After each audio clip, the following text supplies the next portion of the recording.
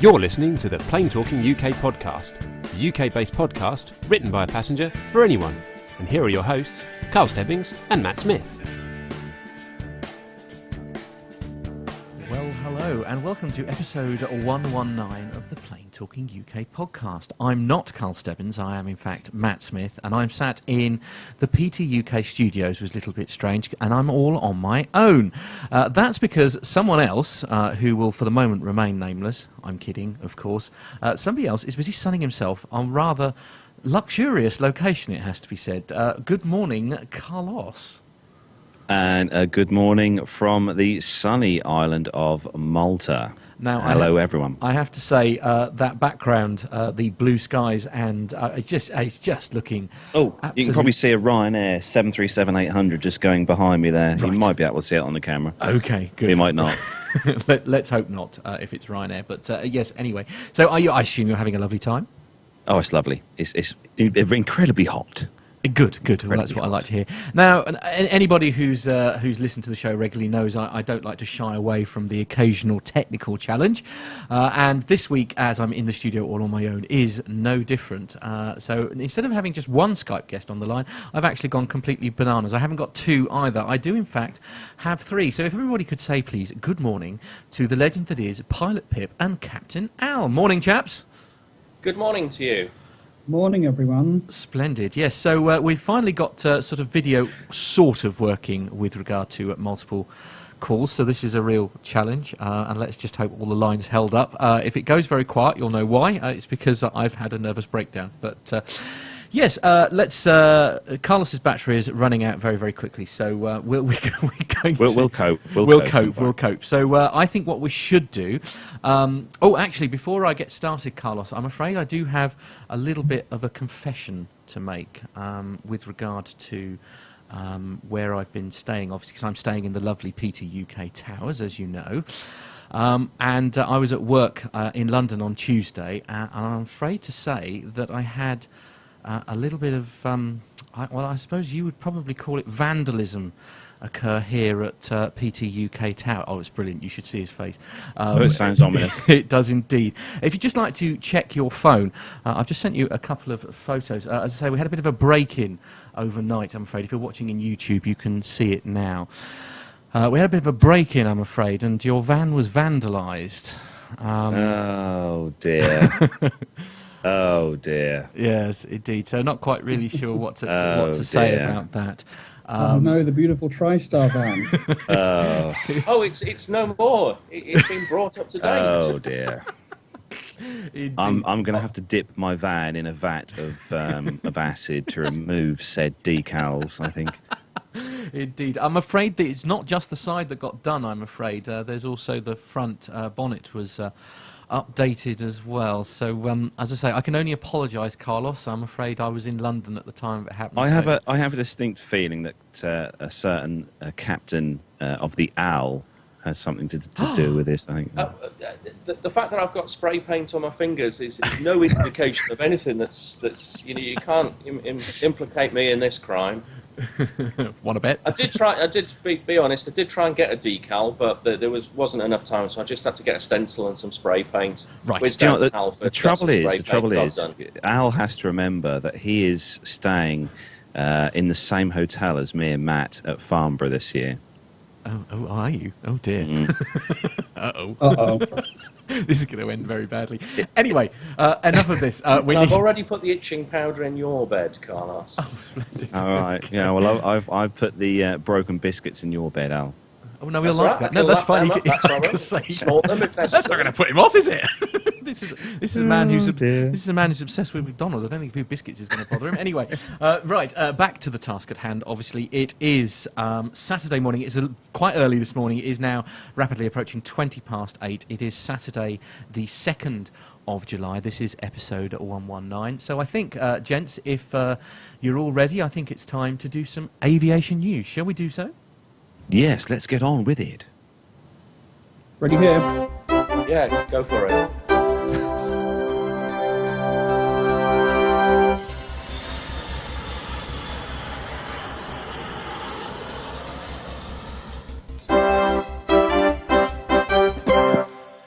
So, I don't know who's going to kick off. I presume it's you, Carlos, is it? Are you going to be in charge as usual? Oh, well, I may as well, being someone holding all that. So, indeed, absolutely. The first news story on the BBC News website, and it's regarding the Egypt Air crash, flight MS-804, black box. And according to the reports on the BBC website here, they are confirming smoke. So the black box recordings from crashed Egypt Air MS-804 confirmed smoke on board, the Egyptian investigators have said. The flight from Paris to Cairo plunged into the Mediterranean Sea on the 19th of May, killing all 66 people on board. Electronic automated messages sent by the plane had shown that smoke detectors went off in the toilet and the avionics area below the cockpit minutes before the plane disappeared. The recorded data is consistent with those messages, investigators have said. The voice and flight data recorders, known as black boxes, were recovered from a depth of around 3,000 metres in the Mediterranean. Wow, that's deep. The second black box to recorder is Paris at the BEA. The Egyptian Investigation Committee also said that part of the front section of the aircraft wreckage showed signs of a high-temperature damage and soot. No distress call was made from the plane prior to the crash, and the cause remains unknown. Now, I know they've sent these boxes to the BEA, I think, because they had an issue with salt ingress in the actual data recorders themselves. So I think the French guys are going to try and repair those and get as much data as they can off these boxes.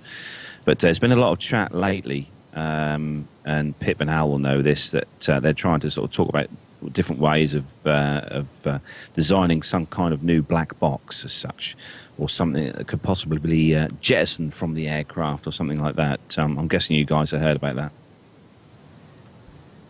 Pip, have you heard about that? Have you got a mouthful? He's on mute, I think. He's not. He's not talking. He's got a mouthful of bacon bat. Right. Sorry, I'm on to the chocolate muffin now. Right. Okay. With regards to the flight data recorders, whilst Pip fills his face, because he obviously didn't get up early enough to have a proper breakfast like the rest of us. Stop it. Yeah, it's always been a little bit of a problem locating these things. They have pingers on them that can last for a reasonable period of time. But obviously when something's 3,000 metres, beneath the surface of the sea, that's quite a long way down. And recovering them is obviously vital to trying to establish exactly what happened. Yeah. But it's going to be very difficult to design something that is easily jettisonable, but doesn't just depart the aeroplane when you're not anticipating it. So I think they do have a little bit of a challenge, because you've got to secure these things in quite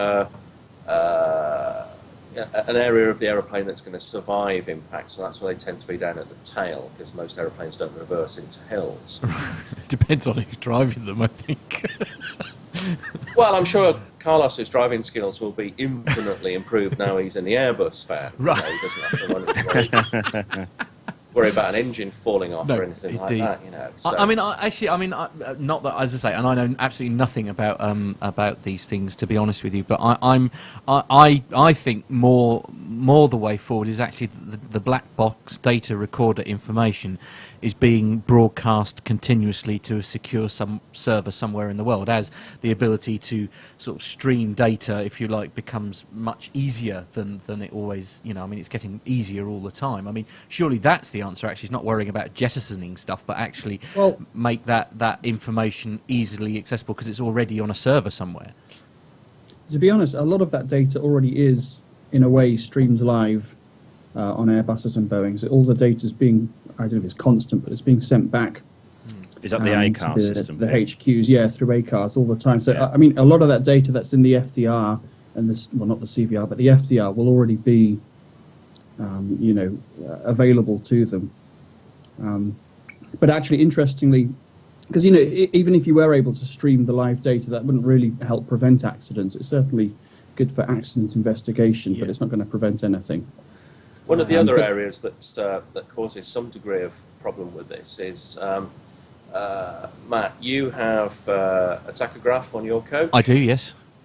Now, one of the areas that causes some concern is with regards to privacy, because if you're streaming live data, then there's no reason why that couldn't be live CVR, if you like, looking further ahead. I mean, at the moment, let's be honest, it's very difficult to watch Netflix on a flight, let alone stream continuous data from thousands of aeroplanes at the same time. True. But moving forward, when we can get that sort of international bandwidth in the air,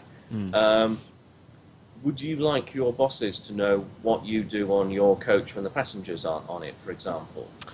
To be honest, well, I mean, to be honest with you, actually, in the coaching world, certainly, I know they're actually looking into, and systems are being implemented that do exactly that, where the information is actually not downloaded to the boss, but it's actually being downloaded to the VOSA, which is like all the Vehicle Driving Standards Agency. Yes. And you know, they're talking about having transponders and things on traffic lights and all sorts that are lifting the data from your pod, if you like, and passing it on or wherever. So, I mean, to be honest with you, I personally don't really have a problem with what I get up to on a day-to-day basis, whether I've got passengers on board or not. Sort of, you know, because at the end of the day, I'm driving a vehicle that doesn't belong to me, and so I tend to look at it and respect it as the fact that vehicle, if they put one on my own car, that would be a different story altogether, if you see what I mean. But because that vehicle doesn't belong to, because that vehicle doesn't belong to me, there must be occasions where you transgress some rule or regulation that causes no safety implications. If my boss is listening, of course not. Indeed. But, you know, therefore, you know, not reportable, et cetera, et cetera. Yeah. But you suddenly find yourself being sort of hauled in to justify why you did this. Now, I'm not suggesting that, you know, as a matter of routine, airline pilots break the rules. No. But we do have standard operating procedures, which sometimes get deviated from for good reasons and bad reasons. Yes. And there's just a sort of level of privacy of data, really. And equally, we now enter the realms of if data is being streamed live, the integrity and security of that data from people who may wish to use that data for terrorist activity becomes another issue that we have to look at. Yeah. I mean, it's, you know, we're now into the realms of if it's, you know, out in cyberspace, it's hackable. Yeah, and that is a major concern, actually. I mean, Micah is actually saying in the chat room here in the US, certain auto insurance companies give you a discount if you're willing to share data. As I say, I think I don't know. I suppose you've got to look at the lesser of the two evils. Is it more important that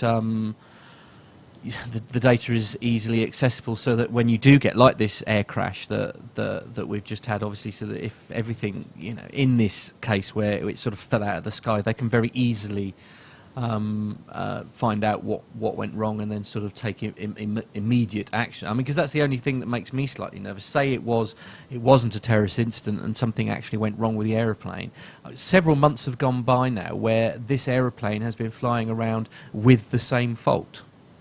What if it turned out to be a malfunction of the actual aircraft? Well, like the story said, they've detected smoke or sooting around the front section of the aircraft, which is where I think that a lot of the ACARS messages or the issues they had, the fault messages were from the front half of the aircraft. So that, you know, I still think it was possibly a mechanical fault of some description. I think, but we won't know. We don't know until they've deciphered the boxes anyway. Indeed. And in answer, to Ryan's question in the chat room, sorry, we're not talking about coaches. This is a plain talking UK one. Actually, there is a Flickr site, and if you search the company that I work for, and on Flickr there is actually there is actually a picture. Sorry, Pip's yawning. There is actually a picture of me going around Parliament Square on Tuesday in my coach that's appeared on the internet this week. So and I got a very serious face on, concentrating, because if you go around Parliament Square and don't concentrate, you essentially, you know, you hear a loud bang or die. But yes. Anyway, moving on. Yes, indeed. So with regards to the actual incident itself, there now seems to be strong evidence to support the fact that there was smoke and or fire on board the aeroplane. but it's going to take some degree of investigation to determine whether that was started deliberately or not. Right. Yeah. And will the black box recorder be able to give you an indication of that? I mean, what other information does it? It's going to be very difficult to. I mean, they're talking about toilet smoke detector activation. Well, if it's the forward toilet, which I believe it is in this particular case, the forward toilet sits pretty much on top of where all the avionics are, all of the electronics for the aeroplane. And I know that one of the other triggers was avionic smoke. But if someone was to deliberately set fire to the forward toilet, you could quite easily get the replication of those messages just simply by how the smoke distributes around the aircraft. So trying to establish whether this was a technical failure or a deliberate act, question mark terrorism is going to be very difficult to establish, I think. And of course, and unusually, I mean, if there has been a terrorist sort of incident type thing, somebody's usually claimed responsibility for it by now.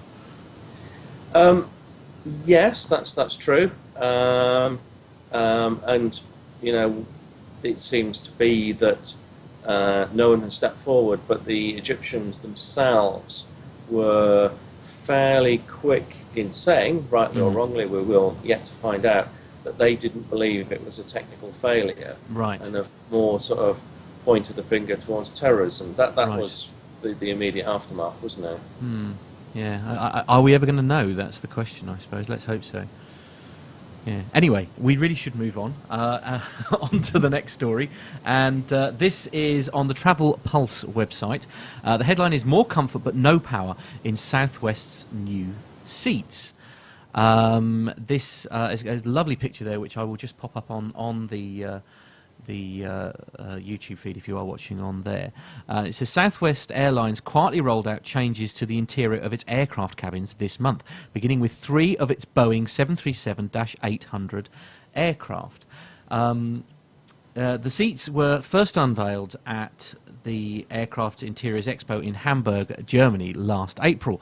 The new seats were designed and engineered by B/E Aerospace, and Southwest is the first to have them. The new aircraft seats are the widest economy seats available in the single-aisle 737 market and offer a unique design that gives our customers what they ask for, more space, said Bob Jordan, Southwest Executive Vice President and Chief Commercial Officer.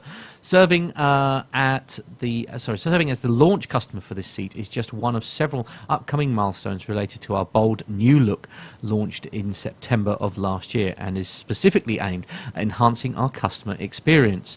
I got to experience the new seats for myself while touring one of the planes in Denver. If you fly Southwest regularly, the first thing you'll notice is that the colour change.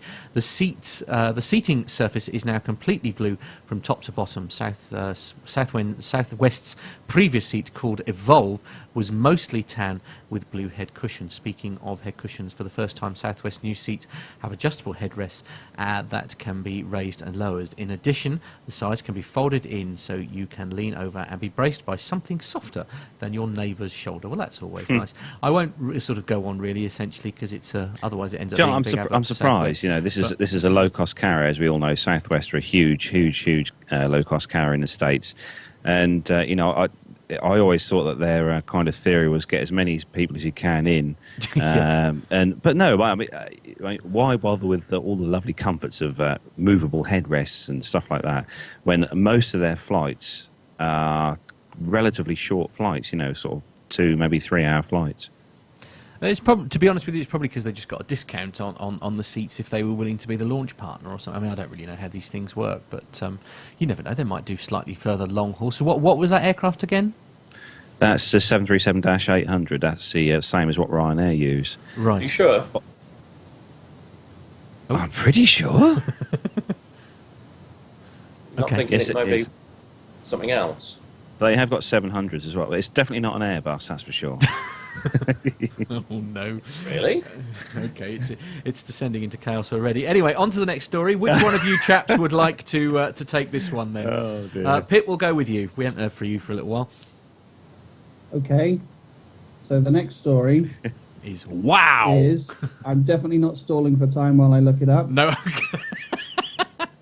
got it all here ready to go. Splendid. Okay. Wow. Right. Discount Airline brings... Oh, I've got a window in the way. Brings its $99 Europe fares to New York. Ooh. And there's a lovely picture there of a WOW aircraft. What is that aircraft, Al? I don't know. I think that looks like a Boeing, isn't it? Okay. Yeah, that's a 757, I think. Or is it Carlos? 747? I'm not sure. How many engines That's has an it got? A380, I think. Right. The Icelandic discount carrier, known for its $99 fares to Europe, is coming to the USA's biggest city. WOW Air will begin flying from Newark Liberty International Airport on November 25th, offering daily non-stop service to its hub in Iceland. Connecting service is offered to 21 other European destinations. Somebody says, we've been working towards direct flights to New York for quite some time, so I'm thrilled to now be able to offer infamous $99 fares to Iceland from New York, says Scully Mogerson, WOW's founder and CEO. Indeed, the airline's $99 one-way fares were available Wednesday morning for flights between New York and WOW's hub near the Icelandic capital of Reykjavik. Fares to cities like London, Dublin, Berlin, Amsterdam, and Frankfurt were available for as low as $149 each way. Sorry, that puts the United Kingdom, Ireland, and mainland Europe within reach of New Yorkers for less than a $300 round trip. Through the cheapest fares, I can't read it. Though the cheapest fares are capacity controlled and are not offered every day of the week. So that's good, isn't it? Well, absolutely, because it means that the England team can go out to Iceland to get some training in and not spend a lot of money. Indeed. Well, that is true. That is true. Oh, no. Right. It is cheap, though, I must It admit. is cheap, absolutely. Yeah. And And they can learn to be Iceland, dentists I at the know. same time. They can learn to be Yeah. dentists. I know about the football wasn't that the greatest thing in the world, but Iceland is one of those really amazing countries that I would love to visit. So. It is. It's a absolutely. fantastic country, actually. And I think it's It's worth got some mentioning. great geezers. As Captain Al is flying the flag very poignantly there in the background, I do think it worth mentioning they did rather well last night themselves, the old Welsh, didn't they? Well, boy, oh. Absolutely. Well, yeah, Yeah. we're teaching you a lot how to play football, aren't That's true. Yes. Yeah. Okay. Anyway, before it all goes into Carlos, Al, if you'd like to take the next one, this is Airliner World. we? Yes, this is the first Dash 9 for Thomson. Ah. Thomson Airways has taken delivery of its first Boeing 787-9 binliner. The aircraft Golf Tango Uniform India Juliet arrived in Manchester. It should have been going to Gatwick, but it arrived in Manchester on June 28th under the command of the carrier's managing director, John Murphy, who flew the jet direct from Boeing production line in Charleston, South Carolina. We're delighted to welcome the first 787-9 into our fleet, he remarked. Since we took delivery of the first binliner in May 2013, the aircraft has been a big hit with our customers and received excellent feedback. We're committed to investing in our fleet to innovate our customers' flying experience. The 345-seat 787-9 wears the titles of parent, TUI, ahead of Thomson Airways. Now that's an interesting deviation from the norm, I think. Anyway, we'll talk about that later. Yeah. This Dreamliner is British Carrier's 10th Dreamliner in total, joining its existence of a fleet of 9 787-8s. Right, Carlos, what's the difference between a Dash 8 and a Dash 9? Because I don't particularly know, because it's a Boeing. The Dash 9 is slightly more stretched. It's got about an extra, I think it's about an extra 10 or 12 feet of fuselage. So a couple of hundred extra passengers then in that 10 or 12 feet. Well, yeah, there is that. There is Right. that.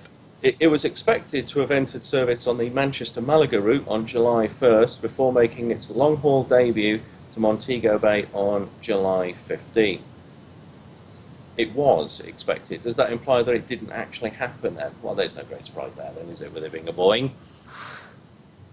Dear. Carlos, just look behind you, will you? Carlos, someone's going to get you. What's Can occurring you there? can you actually read what that says? No, I on can't. there? I can't. It's not. The definition isn't quite good enough. All right. It says, hello, mum. Oh, right.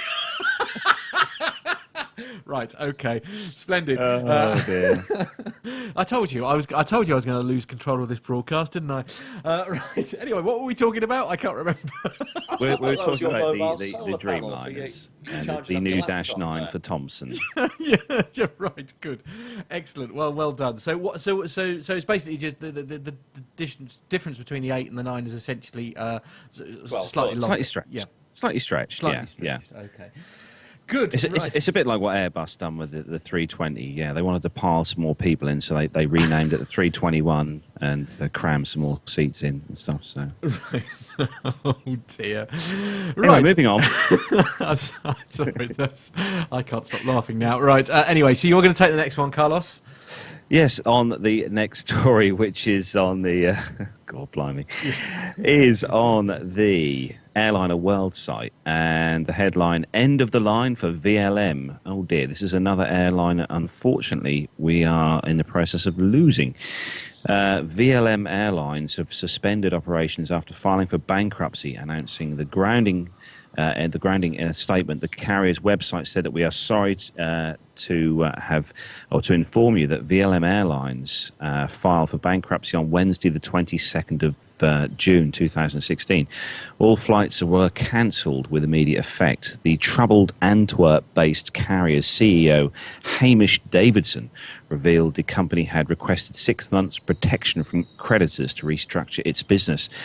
Planned changes included the consolidation of its network and the sale and leaseback of its fleet of Fokker 50s. But VLM later admitted 6 months would not be sufficient to raise additional capital. Davison said the problems have been exasperated by a raft of passenger cancellations during the 2-week period between applying for protection and acceptance. The airline's financial difficulties were attributed by the CEO to KBC's bank decision to freeze the company's accounts in early May. VLM reportedly owes €3 million to the bank, which is tiny by some airline standards, I think, plus a further €3 million to other suppliers, including Antwerp Airport, and posted a loss of €13 million last year, leading it to cancel an order for 2 Sukhoi Superjet 100s. I mean, it's never nice to see an airline going bankrupt, because that obviously means people lose jobs. Absolutely, and it's a shame they weren't able to keep going a bit longer, because they could have helped take all the Belgian fans back to Belgium after the football. Right, yes. Yeah. But in all seriousness, go on, Pep, go on. VLM fly to Norwich? Is that one of your local? VLM, that's KLM. KLM, yeah, that's KLM that flies to us. Yeah, I mean, I must admit, it's not one. I thought that when I first saw the story, I thought, because I missed, didn't quite sort of read it right, and I thought KLM actually. But I mean, I must admit, I don't know VLM. I mean, I didn't. They've been around been around some time. They've operated in the sort of periphery. I know they operated Liverpool to London City for quite a while. Right. And I was over in Waterford a few weeks back, and they operate a twice daily service between Waterford and London City. Right. So I'm guessing, Pip, you've probably seen them whilst you've been down at City, haven't you? I guess I probably would have done. But I mean, nothing springs to mind, clearly. Yeah, I think it was a nice company. A few of my colleagues now at SafeJets are ex-VLM. And I gather it was a very nice place, a very nice company to work for. Yeah, as Carlos says, though, it's always very sad when a carrier sort of basically decides they can't carry on anymore. I mean, it is a... Yeah, as Tony says in the chat shame. room, poor little fuckers. Yes, indeed. Yeah, it is a shame. It is a shame. I'm sorry, yes, apologies to the people in the chat room. As you can imagine, with several guests all online, I'm not able to give the chat room the usual level of attention. I'll get Carlos to run through the names of who's in there in a moment. Of course, you know, with less Fokker 50s and things out there flying, it's far fewer comedy opportunities on the radio for us pilots. We have hours of fun when we're told to line up behind Fokkers or give way to Fokkers. You can imagine the chaos that I can imagine the chaos. It was a great film, though. It was a great film. What meeting them, you mean? Yeah, meeting them, yeah. Absolutely. Yeah. Oh, dear. Okay, right, on to the next story then, and I'll take this one. It is on Aviation Week network. And the headline is Boeing 737 MAX prepares for international debut at Farnborough. Oh, this is exciting. Yay. So presumably we'll get to see this now. Exciting's not the word I would use. No. I see. Right. Okay. Are you pro Airbus? Farnborough is exciting. Right. But then you go and sort of like degrade the sentence by putting Boeing in it, don't you? Right, Boeing. Right. Okay. Are you not Matt, keen? Matt, Are you not keen on Boeing's by any chance? Are you an Airbus man by any chance? Matt, just Yeah, call and it the... Carlos has joined in as well now because he now has, a fantastic liveried van. He does indeed. That is true. Yes. It's the Boeing 737 Burger King. There we go. That's more palatable for Al. Right. Okay. Yes. On that bombshell. Yes. So anyway, the headline is Boeing is in the final stages of preparing its fourth 737 MAX test aircraft for a transatlantic flight to Farnborough Air Show, where it will make its international debut by appearing at the flying display between July the 11th and 14th. The presence of the 737-8 at the show is intended to start a key marketing phase for the re-engined narrow-body family. The company is on track to obtain type certification of the first of the re-engined twin variants in the first quarter of 2017. I can't read any more of the story because apparently I need to subscribe to access this premium content. That's unfortunate. We don't subscribe to that page. No, okay, but unfortunately. anyway, you get the gist. gist. You get the story gist, anyway. absolutely. Yes. So it is the Boeing 737 MAX, which Al, as commented, is already very excited about coming to the Farnborough Air Show. And I intend on taking a picture of Al standing beside the aircraft with a smile on his face. I can't see that happening personally. You might have to use Photoshop for that particular Right. photo. What for the smile, or you standing near one? Me standing near. Right. Okay. Fair enough. Oh dear. I mean, there is a plain talking UK £1,000 or dollar, because they are now one and the same. Yeah, more or less, yes. Prize Yeah. for anybody who can get a photo of myself and Captain Nick at Farnborough smiling next to a Right. Boeing. Oh, I thought perhaps it was maybe just smiling. Oh, challenge accepted. Oh, okay. Yes, it's coming out of the plain talking UK funds, of course. Is it? Yeah. Right. Okay. Well, thanks for that. I think if I was Did to Al set consult with fire you on this one, Matt? Yeah, and get a picture of you two smiling, that might work. Yeah, and no, in answer to your question, Carlos, no, I haven't been consulted on this, so all accusations are denied. Right, yes. Anyway, it is let's go Pip. Pip, you've got the next one. Hip. Yeah. So this is another Flight Global story. Always The a lovely headline story, is, this one. What are you mumbling at, Carlos? Oh, no, He says it's another lovely story. He says. Oh, right. Singapore Airlines 777-300ER has engine fire during landing. The Wright General Electric GE90 engine of the Singapore Airlines Boeing 777-300 aircraft caught fire when the aircraft landed at Changi International Airport following a turnback resulting from an engine oil warning. Flight SQ368 was operating from Singapore to Milan when an engine oil warning message forced the aircraft, bearing the registration 9 Victor Sierra Whiskey Bravo, to return to Singapore. The fire was put out by airport emergency services and there was no injuries to the 222 passengers and 19 crew on board, says Singapore Airlines in a Facebook post. A passenger video shows the entire right wing ablaze. A passenger was quoted in local media as saying that she could smell gasoline, and another eyewitness said the right wing burst into flames after the aircraft landed.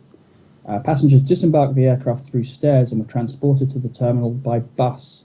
Oh, blimey. They will be transferred to another aircraft which is expected to depart Milan later today. Well, I guess that already happened. Yeah. The airline will be cooperating fully with authorities in their investigation, said the carrier. Now, I mean, I actually posted this. I saw a video. Posted it on our Plain Talking UK Facebook page, and it was. I mean, I joke saying I'm glad I wasn't on that aircraft because I don't. So what actually happened? What was the? What do we think well, you guys who know more about aircraft than I ever will? What actually has occurred? I mean, how does it even do that without the wing It essentially? caught fire, that's what happened. Right. Okay. I'm going to say the same thing. After a thorough investigation, Yeah. I think I can say that it caught fire. Right. Okay. Yeah, but It looks like an oil fire because Right. it doesn't appear to be. I know it looks quite dramatic, Yeah. and I'm going to talk to Pip afterwards about what his thoughts were about their decision not to evacuate the aeroplane. But it looks like an oil fire. I appreciate it seems to be spreading to the wing, but of course there's paint and so forth in there which will burn. So it certainly doesn't look like a fuel fire to me, and I've only seen the video very briefly. Now, if they had an oil leak, oil does burn and it makes a lot of smoke, and you can get quite a reasonable flame out of burning oil. So it looks like they've had an oil leak. The oil has come in contact with some part of the engine that's very hot, and the oil's caught fire, and then it's just sort of slowly spread. That's my thoughts. What are your thoughts, Pip? Yeah, I didn't see this one. It's just the first time I've seen it. So the aircraft was still on fire when they pulled up on stand or wherever it was, and then they disembarked via the air stairs. That is interesting, stairs? isn't it? You know what I mean. What are air The stairs? jetway. Yeah. We don't have little foldy out step ladders for our passengers to get on. We have big trucks and things. Air bridges. No, they didn't evacuate. They just disembarked passengers by normal means. Right. Whilst the fire was still raging. Yeah. Yes. That is interesting, isn't it?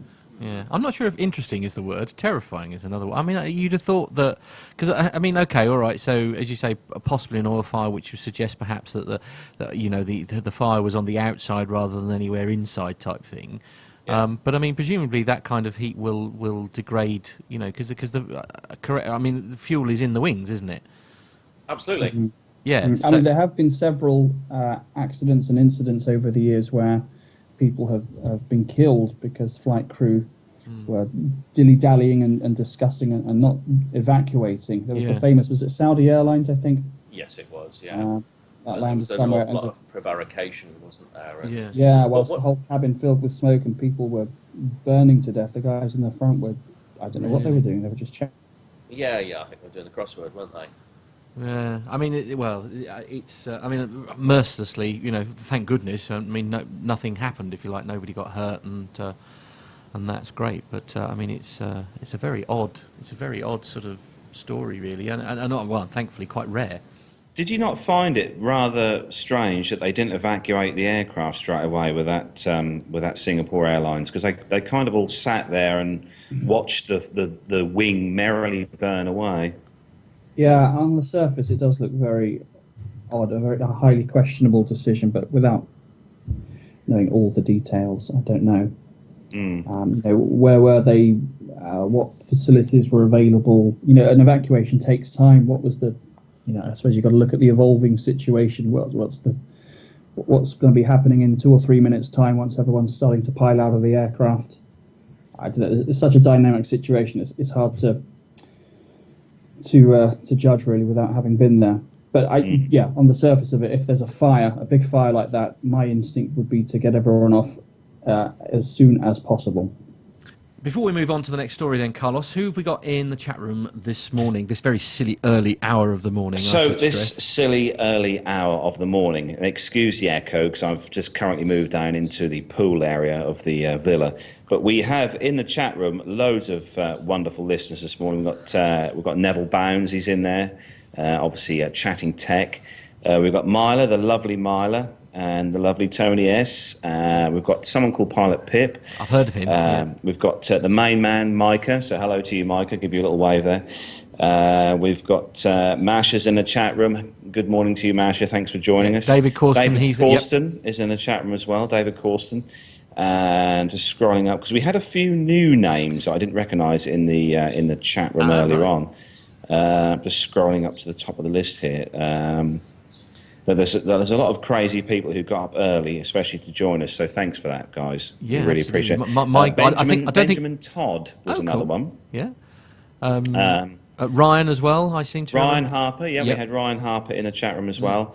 We did have someone called Captain Al. Right, okay. He's kind of, I don't know, really, he's disappeared. Yeah, so we think he's enduring a power cut, so hopefully he'll be rejoining us shortly. We did also have Dan Hannington as well in the chat room. First thing we did, yes. Yeah.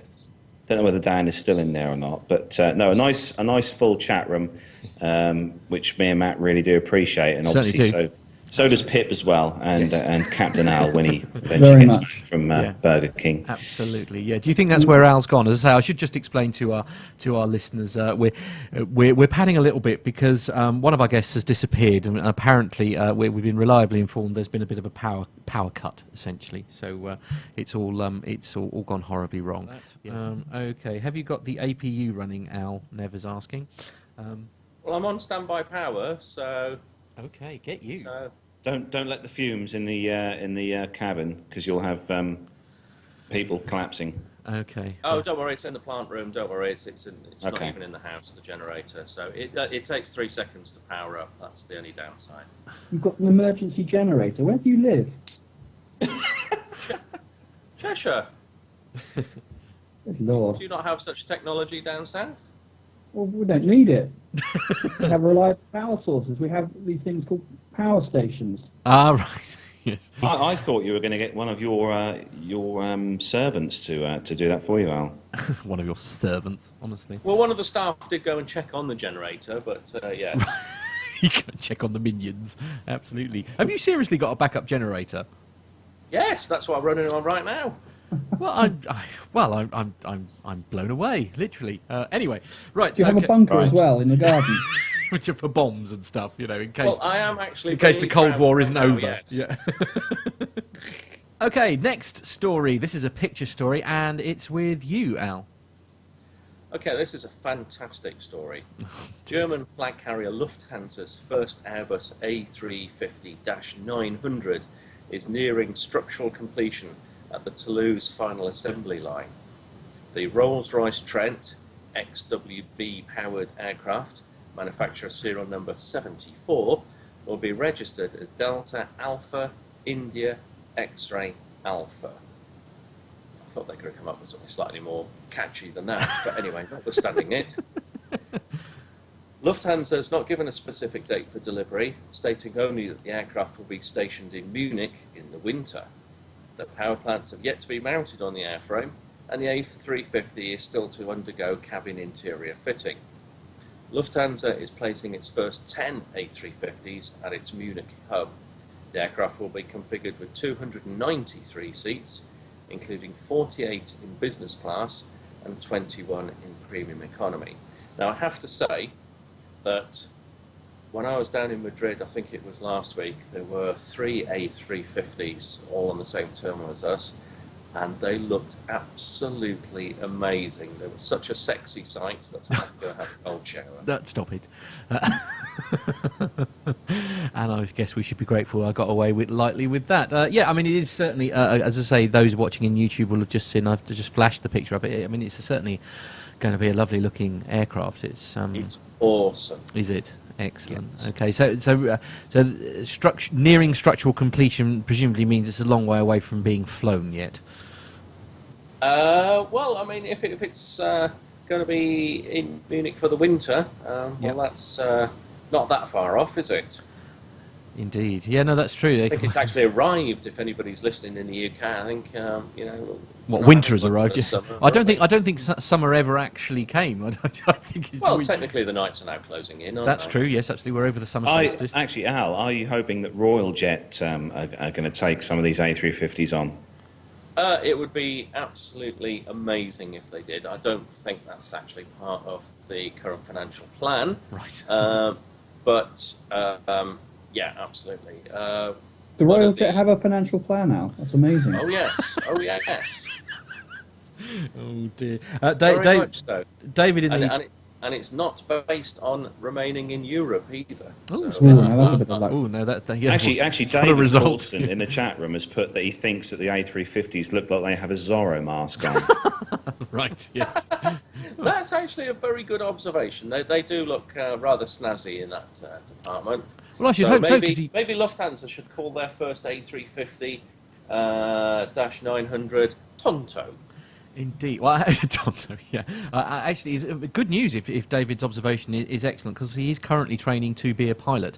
And we're going to be chatting with David in a few weeks' time about how his training is going. I've been talking to him this week about excellent. Nothing wrong with your eyes. So no, absolutely. A good start. A good start. But the 350, I think, is already in service with at least one airline, is it not? Oh, absolutely. With, there were 3 different carriers in Madrid. Well, it just happened to be 3 in-service A350s all lined up. They'd all come from South and Central America, and very nice they looked too. Yeah, I'm sure. I think Finnair. I think Finnair have got one. Finnair, did you say, Carl? Yeah, I think Finnair have got one. No. Yeah. Oh, that's good. Right. Okay. Is there an obvious difference if you were to look at one to tell it apart from a 787, apart from the fact that it won't be on fire? Well, absolutely. I was going to say, yeah. First Is that of all, the only way to tell the difference? Well, and the fact that it's made it to its destination in a serviceable fashion. Okay, right. Yes. Anyway, seriously, now time to move on to the next story. Carlos, this is with you, and I can't remember where. I think one of the listeners in the chat room actually tweeted this to us, but it's a great story. This is very exciting. A very, very young pilot. Yeah, this one is on the ITV news site, and the headline, High-Flying Teen Becomes UK's Youngest Airline Pilot. A 19-year-old lad has officially become the UK's youngest pilot after fast-tracking his way to a seat in the cockpit. Luke Ellsworth, who was appointed as a first officer for EasyJet in April, started his flying career just 9 days after his 18th birthday, when he enrolled on a pilot training programme in Southampton. He now regularly flies the Airbus A319 and A320 aircraft. Great aircraft. Speaking about how he felt having such a high-pressure job at a young age, Luke from Cheshire said he didn't believe age was a factor when it came to being a good pilot. He said, I really want to encourage more young people if you're good enough to be there, you've done the training and you're suited towards it, then I don't think age is really an impact. Luke completed a pilot training program at CTC Aviation, which included a 6-month training on simulators and a stint flying light aircraft in Arizona, USA. In just 18 months before securing his high-flying job and his status as the youngest airline pilot in the UK, which has been confirmed by the Civil Aviation Authority records. He later goes on to say that he hopes in the future that he will get to fly a real aircraft, such as the Boeing. No, right. he didn't. Is there a small possibility that you might have made that last bit up? Because actually, it's factually inaccurate, technically incorrect, and a right load of codswallop. And you're just degrading your own show by bringing such irrelevant, useless, and incoherent facts to what is normally a factually accurate show. Right, indeed. Yes. But no, in all seriousness, I mean, it just goes to prove. Look at that. He's literally just fresh from school, and he's already right seat on an A319. The youngest age that you can legally hold a commercial pilot's license in Europe, but certainly the UK, is 18. Right. So technically, you could be employed at 18 years old, and then the youngest you can hold an ATPL, which is an air transport pilot's license, is 21 years old. So he's got another 2 or 3 years before he's able to become a captain, technically.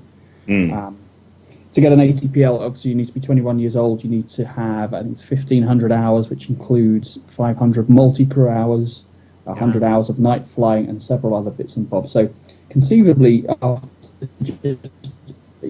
year and a half, maybe 2 years at EasyJet, he'll be eligible for a command upgrade.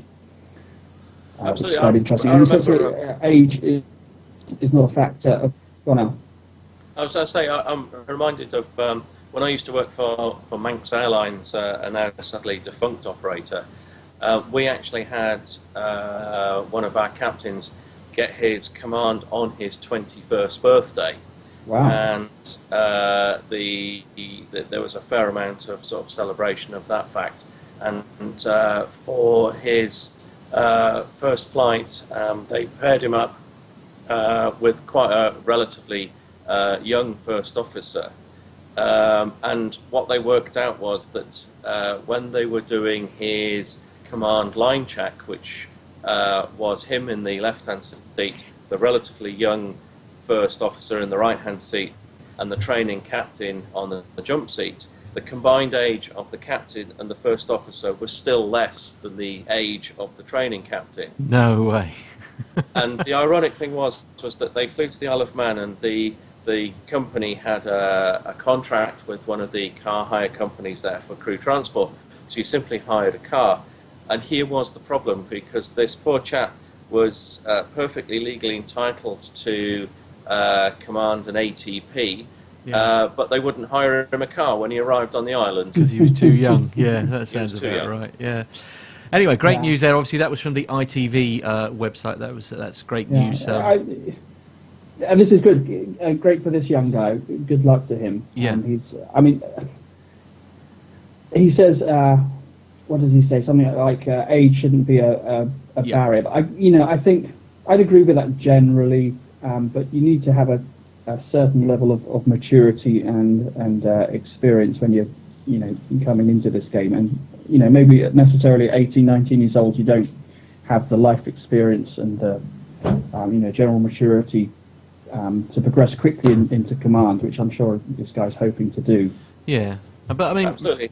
And I fly with quite a lot of young cadet first officers, and one of the areas that we've discussed on the flight deck is that the progression for them is going to happen quite quickly into the left-hand seat. And then what else do they have to look forward to for the remaining 40 years? Yeah, that's exactly the point I was about to make. I mean, it's great that he's achieved his dream, but what about the rest of it? What about flying the single engines and the twin pistons, the turboprops?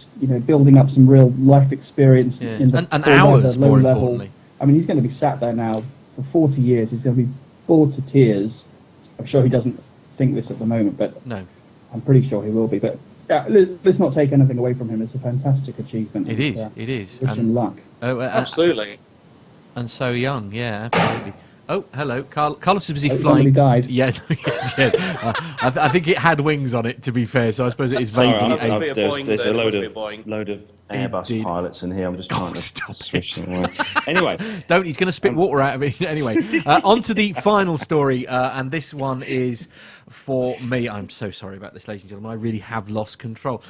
This is, it's the Breaking Travel News website. You can get medicine for that. You got what losing control? Yeah, absolutely. Not from you lot. Lufthansa to roll out Wi-Fi on short-haul A320 fleet. Very exciting. In October of this year, the first Lufthansa short and medium-haul aircraft will take off with broadband internet on board. Lufthansa's entire A320 family fleet is expected to have the innovative technology installed by mid-2018. So it's still a little way away yet, a couple of years to go at least. One key milestone has already been reached. Lufthansa Technik is the first MRO company. What's MRO? I need to know what multi Anyway, roll operator. I think it's multi-roll operator. Right, okay. So anyway, Lufthansa Technik is the first MRO company in Europe to have reached the supplemental type certification from the ESAA to install a Ka-band antenna on the A320 family, i.e. the A319 and the A320 and the A321 models. The STC serves to verify that the modifications to the aircraft conform to the design specifications stipulated by the EASA. Said specifications ensure that the aircraft continued airworthiness. The first aircraft was equipped with the technology in June. In the coming weeks, the onboard system will be tested for functionality and stability. Lufthansa passengers will likely be able to use the new internet service from October. Other airlines in the Lufthansa group will follow at a later date. The future service from Lufthansa and its technology partner Inmarsat is based on the latest broadband satellite technology, which is in the Ka band, and offers seamless, reliable coverage on short and medium haul flights through Inmarsat's Global Express network. Now, I've been scanning through this just to see what the costs are. There's no indication as to what it's going to cost the pilot. Yeah, Neville's quite rightly correct. I mean, it's maintenance, repair, and operations. Ah, fantastic. Okay, cool.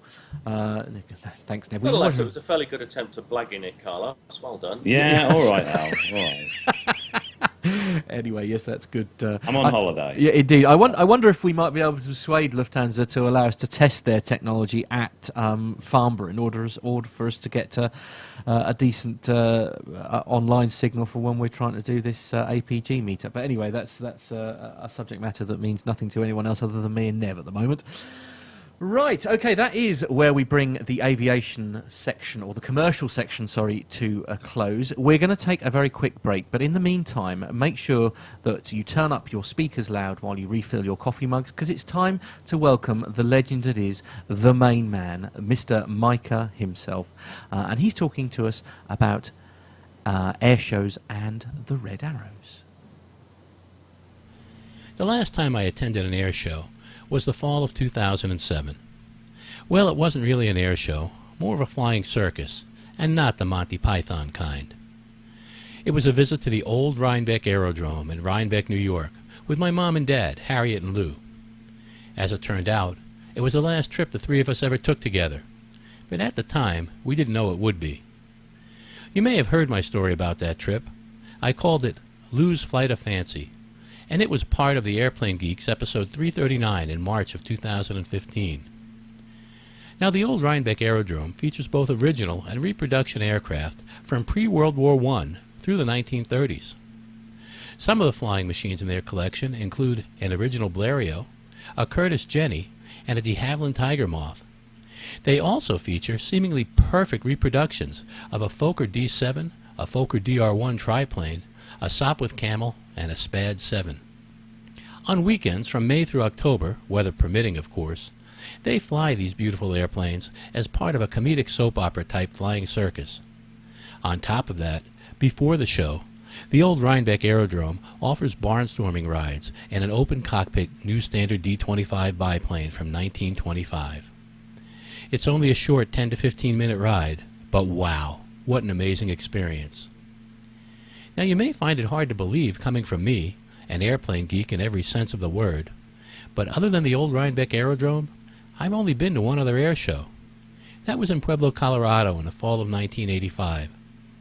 I'd been working out there for about a year and got my father to fly out from New Jersey to visit me that weekend, and we had an amazing time. We toured a C-5 Galaxy, saw a performance of the world's smallest manned jet aircraft, and best of all, watched the U.S. Air Force Thunderbirds perform in their F-16 Fighting Falcons. It was an incredible experience to share with my father, both a U.S. Army and U.S. Air Force veteran. Thinking back on the excitement we felt together, well, there are no words. Since then, I've seen the Thunderbirds a couple of other times, but only in practice runs. I've only seen the U.S. Navy Blue Angels in the same manner, as they rehearsed in preparation for air shows at the Brunswick Naval Air Station up here in Maine. But I've never really attended an air show since. Why, you ask? Well, the answer is simple, really. It's lonely. Sure, I love aircraft. I love to see them fly, and I love to fly in them. But had I attended an air show since then, even if I went with a friend, I'd still be alone in a crowd. I wouldn't be with someone else that really understands the connection with aviation that I feel, and can feel it with me. That can be a bit empty. In May of 2007, not long before my last trip to the old Rhinebeck Aerodrome, I traveled to London. Again, it was a trip with Harriet and Lou, my mom and dad. And yes, you may have heard about it in my story, Favorite Flights I Never Flew, that most recently appeared here on Plane Talking UK, episode 112. It was an amazing trip, and no, not just because I came close to, well, shall we say flying with a gorgeous Singapore girl. In all honesty, I never expected that I would have the chance to return to the UK again. It just never dawned on me that the opportunity would arise. Apparently I was wrong, as in just a short time from now, I'll be crossing the pond for the third time in my life.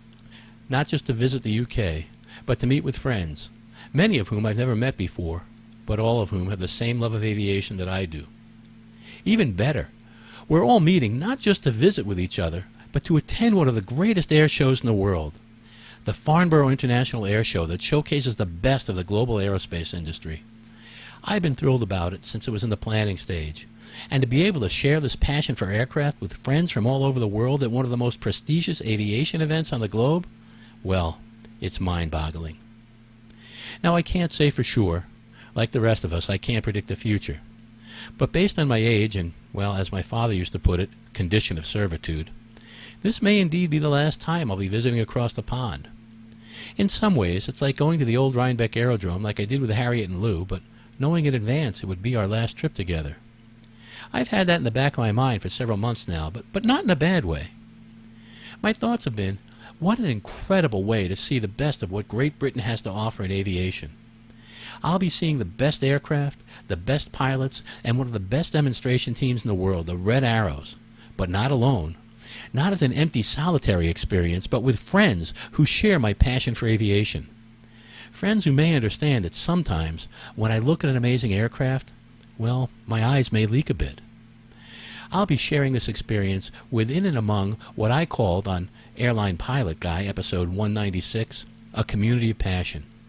But imagine my disappointment to learn that what may be my only opportunity to ever share the passion of seeing the Royal Air Force aerobatic team, the Red Arrows, has been taken away by, well, what I'm going to call stupidity, but what is more gently referred to in our politically correct world as an overabundance of caution. This once-in-a-lifetime chance to see one of the world's greatest flying demonstration teams perform in their home sky has been revoked by the foolishness of our very litigious society. Why do I say stupidity and over-precaution? Because the decision to ground the Red Arrows was made based on a lack of facts, a lack of reality, a lack of understanding, and even worse, a lack of logic and research. You see, there's a greater chance of perishing in a traffic accident on the way to the air show than there is of being hurt by an aircraft accident while attending, even if the Red Arrows were able to perform their full demonstration. It's sad and unfortunate, and something our crazy society mandates too often in this day and age. It's now come to pass that lawyers can ruin air shows. And based on this ridiculous decision, how many young people will not be inspired to join the armed forces because they did not get to see those incredible Red Arrow pilots perform their brilliant demonstration? And how many others, like me, may be missing their only opportunity to view such a wonderful airborne display by Hawk T-1s, piloted by some of the world's best aerial performers? The Red Arrows, the Royal Air Force aerobatic team, exists to fly. Their purpose is to demonstrate the professional excellence of the Royal Air Force and promote recruitment. The Red Arrows make us proud by representing the best the Royal Air Force has to offer. And inanity, fear, and litigiousness should not be allowed to clip the wings of the RAF. Perhaps the RAF themselves sums it up best in their motto, and please excuse my poor Latin. Per ardua ad astra, through adversity to the stars. For Plane Talking UK here in Portland, Maine, in the USA, this is your main man, Micah. Oh, wow, wonderful. Thank you ever so much, as always, Micah. Great little section. And, we're all a bit gutted, really, that we're not going to get to have the Red Arrows there when you guys come. I mean, it's really sad, isn't it? That, that they're not going to... They're not going to... terrible shame. And as he says in his piece there, you know, it might be his only opportunity, if you like, to sort of see them, flying. And it is really sad that we can't show them off to our American guests. But there we are. Very much. I mean, to be fair, they're not grounded. No, I mean, but they are flying. A fly past is just not the same. Yeah, is it? of course it's not. Yeah, absolutely. But anyway, it's just a shame that they're not able to do their full display, isn't it? Yeah, agreed. But there we are, as you say, rules are rules, and. But they can be broken. Yeah, I know. I don't know if I don't think the Royal Air Force will break the rules. Do you think not? You don't think there's going to be a break of protocol? And what we need is a fly pass from Al and Pip. Right. You know, the 321 alongside the Hawker. That'd be awesome. Yeah. Well, if Pip starts off now, and I'll catch him up. Yeah, we'll be gone by the time you even get airborne. Okay, all right. Micah, it's we're so looking forward to seeing you and everyone else in a couple of it's weeks' gonna be time. great. I'm so excited. I can't wait. It's Yeah, gonna be yeah. fantastic. And I am so I'm both really, really ridiculously excited and terrified of the challenge that myself and Neville have ahead of us. Getting them on. You'll be fine. It's You'll going to be be really fine. good Well, fun. I have to say that between the two of you, Yep. you are, I can't remember, it's the plural of genius, genii? Anyway, I'm pretty certain that we will put our American cousins to shame, not only in technical skills, but on timekeeping. On timekeeping, okay. Yeah, today is perhaps not a good example of that, to be honest, as we were 10 minutes late starting. But anyway, there we are. Yes. So, on to the military section then, boys and girls. So if we're all ready... Woohoo! Yeah. Okay. Ish. Right. Okay. I'll take ish. Ish is very much excellent. Okay. Let's go.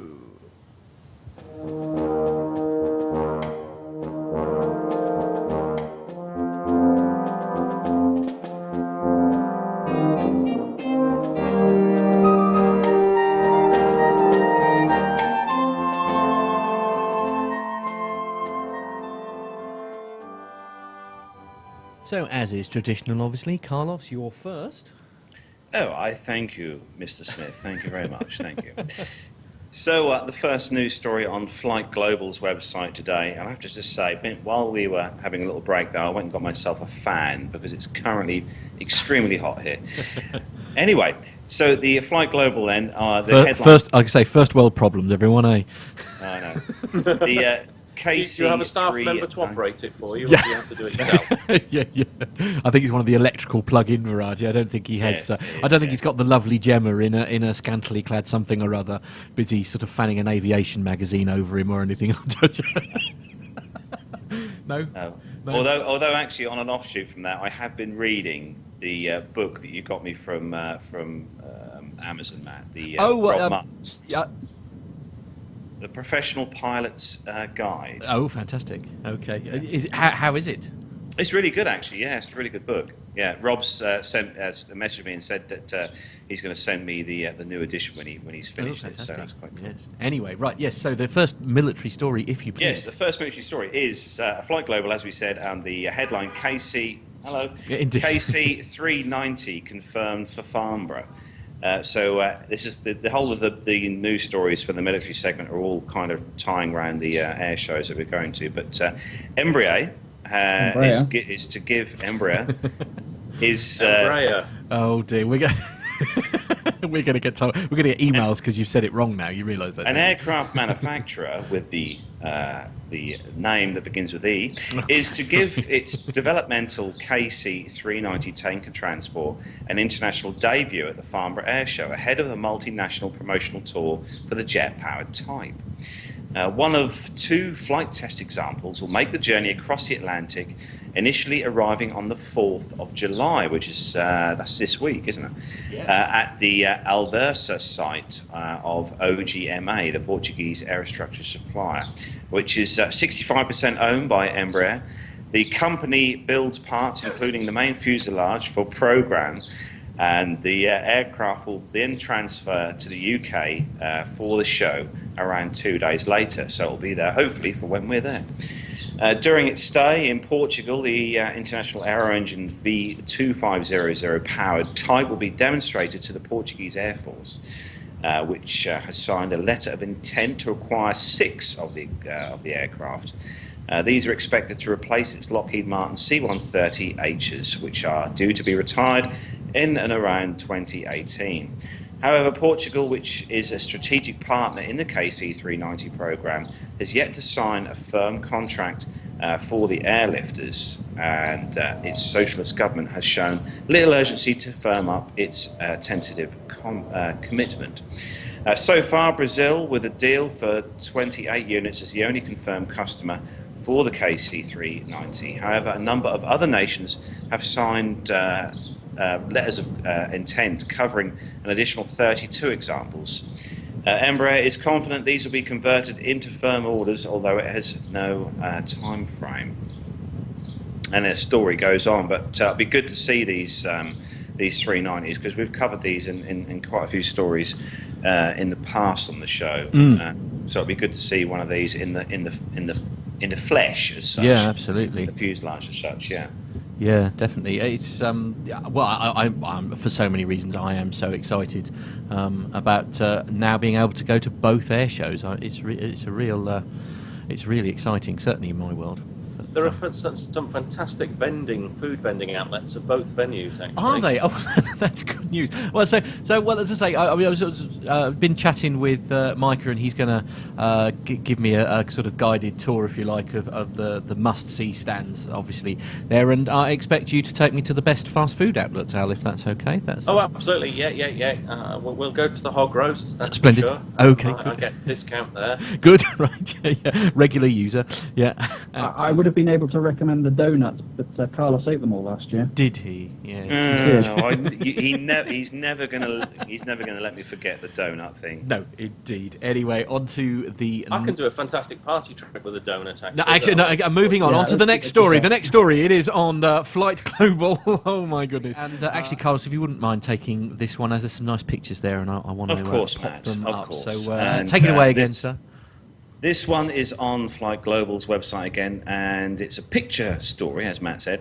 And the headline, the F-35B touches down in the UK for the show debut. Yay, finally. 2 years after the US Marine Corps planned first transatlantic crossing with the short takeoff and vertical landing F-35B was thwarted by an engine fire, a trio of the jets have touched down at RAF Fairford in the UK. Arriving at the US Air Force operated site late on the 29th of June, the aircraft included two US Marine Corps examples and one UK aircraft used to support initial operational tests and evaluation of the Joint Strike Fighter in the USA. Piloted by Royal Air Force Squadron Leader Hugh Nichols, the latter, Zulu Mike 137, is one of three delivered to the UK customer so far for this purpose. The visiting United States Marine Corps aircraft are drawn from its VMFAT 501 training unit, or VIMFAT training unit, stationed at Marine Corps Air Force Station Beaufort in South Carolina. While in the country, the F-35Bs will participate in the Royal International Air Tattoo to take place at RAF Fairford from the 8th to the 10th of July. Next weekend, that is, guys, don't forget. A show highlight will involve the UK taking part in the formation flypast with a pair of Eurofighter Typhoons and the RAF Red Arrows aerobatic display team as well. After the type's starring role during RIAT, Lightning IIs will also take off from the base to join the flying display during the Farnborough Air Show in Hampshire. The US Air Force is also scheduled to deploy the conventional takeoff and landing F-35As for both events. The United States Marine Corps declared initial operational capability with the F-35B late last year, and service entry with the UK is scheduled to occur during 2018, when the Royal Air Force's 617 Squadron will begin using the fifth generation fighter. I'm quite sure Matt's put some pictures on the screen while I've been doing that story. Absolutely, yeah, great looking aircraft. But finally, they're here. We can actually go and see one close up rather than a polystyrene. See one, touch one, feel one. Indeed, and on that bombshell, yeah, no, it's very exciting. It really is good. Okay, on to the next story then. Pip, if you wouldn't mind taking this one. Yes, I would love to. Okay. I'm so ready for this. Are you? So prepared. Good. I'm just building the tension here because this story is just unbelievable. Is it? Which one are we looking at? F-35 arrivals raise expectations. That'll do nicely. Bumper RIAT? Yep, that'll do lovely. That's kind of what I was hoping for, yes. I hope they're not going to bump at RIAT. That would be rather embarrassing for them. Well, indeed. So this is another F-35 story. And I've got to say, I can almost get over the Red Arrows not flying if we get to see the F-35 having a whiz around the circuit. I think it'll be great to see. Anyway, for 3 days in early July, a normally sleepy airbase in the Gloucestershire countryside will become one of the busiest in the UK as military aircraft from around the globe descend for the annual showcase that is the Royal International Air Tattoo, otherwise known as RIAT. Tens of thousands of aviation enthusiasts and spectators will view this spectacular selection of aircraft taking part in the event from the 8th to the 10th of July, with the undisputed main attraction being the first UK appearance by Lockheed Martin's F-35. The US Marine Corps has planned to deploy the short takeoff of vertical landing B model to RIAT and then the Farnborough Air Show 2 years ago, only to have its plans thwarted at the last minute by an engine fire on a US Air Force example. There were no such drama. Let's start that again. There was no such drama in getting the aircraft to RAF Fairford this time, however, with a trio of F-35Bs having touched down at the site late on 29th June. These were two United States Marine Corps examples from the service's VM FAT 501 training unit at Beaufort, South Carolina, and one of the UK's current 3 jets, which are being used for initial operational test and evaluation activities conducted at Elgin Air Force Base in Florida. Showgoers will witness a historic first at RIAT when a Lightning II piloted by the Royal Air Force's squadron leader Hugh Nichols will take part in a unique flypast, also involving a pair of RAF Eurofighter Typhoons and the service's Red Arrows display team. There we go, we'll see them flying with the F-35. With the crowd-pleasing Avro Vulcan XH558 having made a farewell appearance with the latter at the 2015 event, the Joint Strike Fighter looks set to raise excitement levels. It sounds very exciting. It's going to be it's going to be good fun. And of course, in our case, it's for me certainly it's going to be the only opportunity this year that I do get to see the Red Arrows. So it's I'm really looking forward to RIAT. I can't believe it's next weekend already. It's great. Yeah.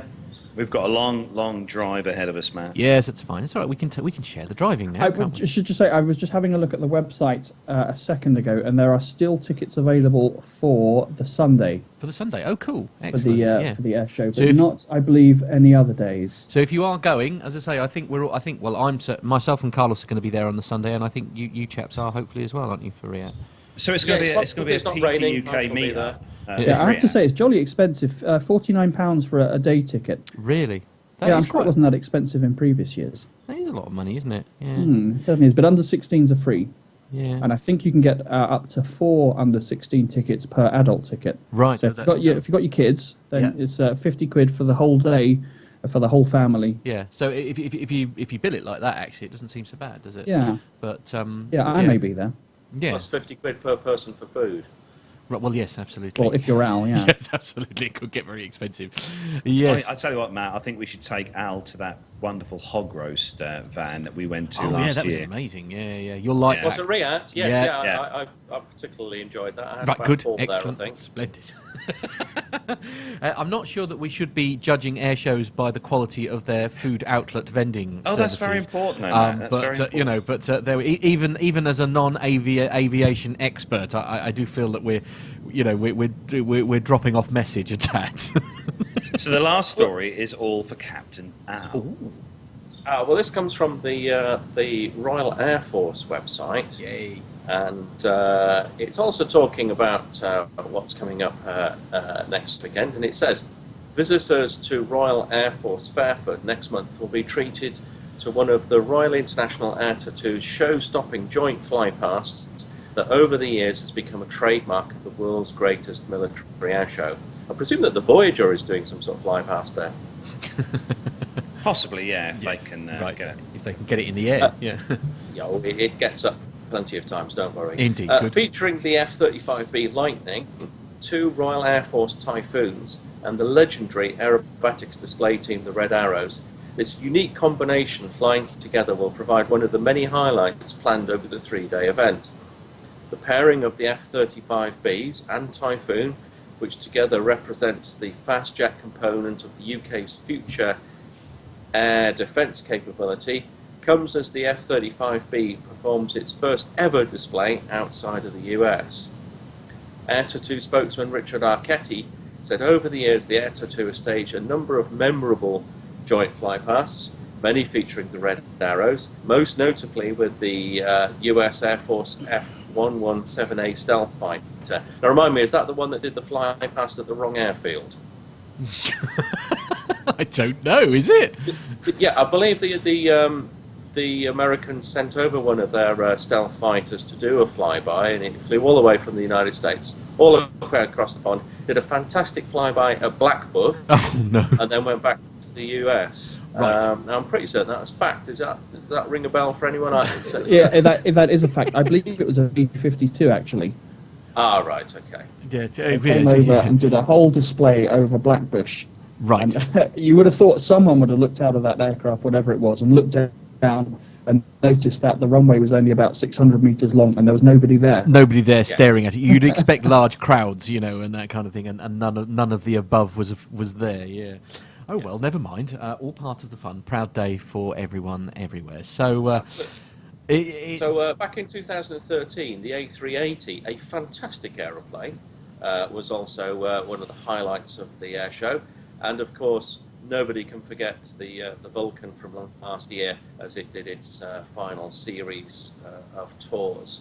Yeah. Mr. Arquetti goes on to say the forthcoming air show will see us continue the tradition of presenting aerial spectacles that have rarely or never been seen before. I'm sure everybody will be reaching for their cameras. The RIAT 2 highlights next month include displays by the USAF F-22 Raptor, a Dutch Apache helicopter, which I saw their display last year, and it was absolutely stunning for a helicopter thing, and the historic Battle of Britain Memorial Flight, which is always a treat to see. Yeah, it is. The Royal Air Force International Tattoo, which is staged in support of an RAF charitable trust, takes place at Fairford next weekend, for anybody who forgot. Indeed. Hello. And other rare and never seen before events happening this year include Captain Nick hugging a Boeing and Captain Al eating a salad. Salad, so get your cameras ridiculous. Ready. Don't be ridiculous. Swear at him like that. Anytime you'll find me eating a salad is if it's that stuff that they put in your burger to give it a bit of colour that I normally whip out. Right, okay. Fair enough. It's, why do people put salad in a burger? What is the point? Well, I don't know. It's to make you feel better. Yeah, absolutely. Yeah. Put a gherkin in there as well, and all is well. Good morning, by the way, to Matthias, who's watching in Switzerland. Hello to you again. Hello. Guten Tag. Guten Tag. Indeed. If you're Swiss German. Oh, I see. Right. Yes. Sorry. I was. Bonjour if you're French. Yes. Right. Okay. This is RIAT then. It's going to be fantastic. It is, and as will Farnborough. On Sunday, yes, we're going to do a show. We're going to do episode 120. Episode 120 of the Plain Talking UK podcast will come live from RIAT, all being well. So that is where we're going to wrap up episode 119. I can't believe we've successfully got to this point of the show with so few technical errors, to be brutally honest. So from the chaps, so Pip, where actually are you at the moment? Did you say you were near Heathrow? Yeah, I'm at the Marriott Windsor Heathrow. Cool. And you're airport. They call it Windsor, but it's actually Slough. Right. Nice, classy. Yeah. quite a difference. It is quite a difference, isn't it? Yes. But then if you said the word Slough in your hotel accommodation thing, I don't think anybody would ever book it, would they? Quite right. Indeed. And you're on standby, I presume, at the moment, Pip. Yeah. Actually, my standby's finished now, so I'm going to pack up my bags and go home. Excellent. Fantastic. And Al, where might you be in the world today? He's in his underground nuclear bunker. Ah, right. Yeah, I'm underground in the bunker at home. Okay, well done. And I think I'm on standby as well, actually. I haven't really checked. No, okay, comforting. Hundreds of passengers all hundreds of passengers all waiting to fly on holiday, and they've got no pilots at Royal Jet. My standby finishes at 1300 Zulu, so I've got a little bit of time to go yet. But I'm quietly confident that I won't be needed. Excellent, good news. So, thank you, chaps. As always, it's been a lot of fun, and you've been surprisingly well behaved. I'm very proud of you both. Well done. Absolutely. Carlos, the time has come, I think, where we need to let you go back to your holiday. Really? Yeah. I was quite enjoying this. Yeah, no, I'm sorry about that. You know, you're going to have to go and sit on a sun lounger for another couple of hours before you come home, because you're flying home tomorrow, is that right? Yes, we fly home tomorrow morning, yeah. Around about 9 a.m, I think it is tomorrow. Is that with morning. Ryanair or Air Malta?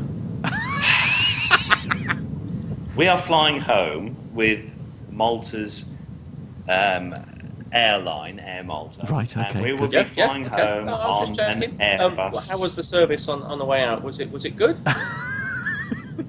Actually, I have to admit, I have to tell you a quick little story, because we've got a few minutes to go.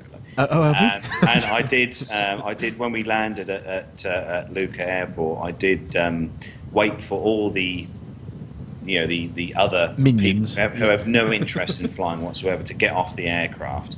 And then I proceeded to go up to the flight deck and was invited in by the first officer, who let me sit down. I had a little chat with him, and then the captain came in, and we all sat there and had a good chat and a good old fashioned English yarn. Right. And I was actually so late getting off the plane that I deplaned with all the crew, including the flight crew, and had to go in a different entrance into the airport through security, because it was so late off. But they were fine with that. Okay, good. But, well, I think I'm pleased for you. How did Gemma take your late arrival? Oh, they were waiting for me actually at passport used to control. it, I dare say. Yeah. She's used to it. She's obviously used to Your it. poor Gemma so deserves so much better than you, Carlos. Oh, you put her through. Indeed. Well, yeah, they were really kind. They were really kind and generous with their time. Yeah. So if I know a couple of the guys I give them cards, so they may be listening to the show live. Yes. So to both the captain and first officer of our flight out last Sunday, thank you very much. Indeed. And they might be in the air. Looking forward to flying back tomorrow morning. Well, not actually looking forward to flying home. No, to the no, UK, indeed. No. but looking forward to getting on board a lovely Airbus aircraft tomorrow. Excellent. Okay, Well, so was that your first visit to an A320 flight deck? No, Al, it's not. It's one of many. Okay. So you would describe yourself as a fan, then, would you? No, actually, this here is a fan. I've got a fan here. This is a fan here. But I mean, you obviously feel the need to keep going back to the A320 flight deck, yes? And, well, unfortunately, how the many problem is TriStar flight decks have you visited? Unfortunately, Air Malta are yet to sell their ageing fleet of Airbus 320s and purchase some lovely Boeings. right. Okay. Look, gentlemen. Well, I mean, why would they want to downgrade? I mean, okay, enough, issues? gentlemen. Enough. It is time to pull the. I can say Pip's nodded off. Pip's bless him. falling asleep. Yeah, absolutely. Yeah. It really is where we have to bring. I can't honestly. I'm going to say it before we close the show. I cannot wait to meet you again, Pip, and obviously meet you as well, Al. Next It's going to be good fun. It's going to be really good fun. Yes, it is. From all of us here, then in the studio, it is. I say all of us. It's just me. It's only little old me. So from Matt here in the studio, it is goodbye, Carlos. Goodbye. And from the legend that is Pilot Pip, and of course Captain Al. Thank you so much, gents. It's been a lot of fun as always. Goodbye, guys. Adios. From all of us here, it is goodbye. Bye. Woo. Bye. Woo.